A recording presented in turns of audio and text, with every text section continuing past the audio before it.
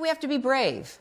We have to be brave enough to engage with people who disagree with us, brave enough to question and examine our own beliefs, brave enough to acknowledge that even those of us who have spent much of our life thinking about and fighting about gender issues, who even have firsthand experiences of navigating male-dominated industries, may not always get it right.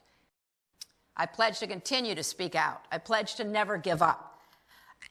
I will do everything I can to keep my voice, number one.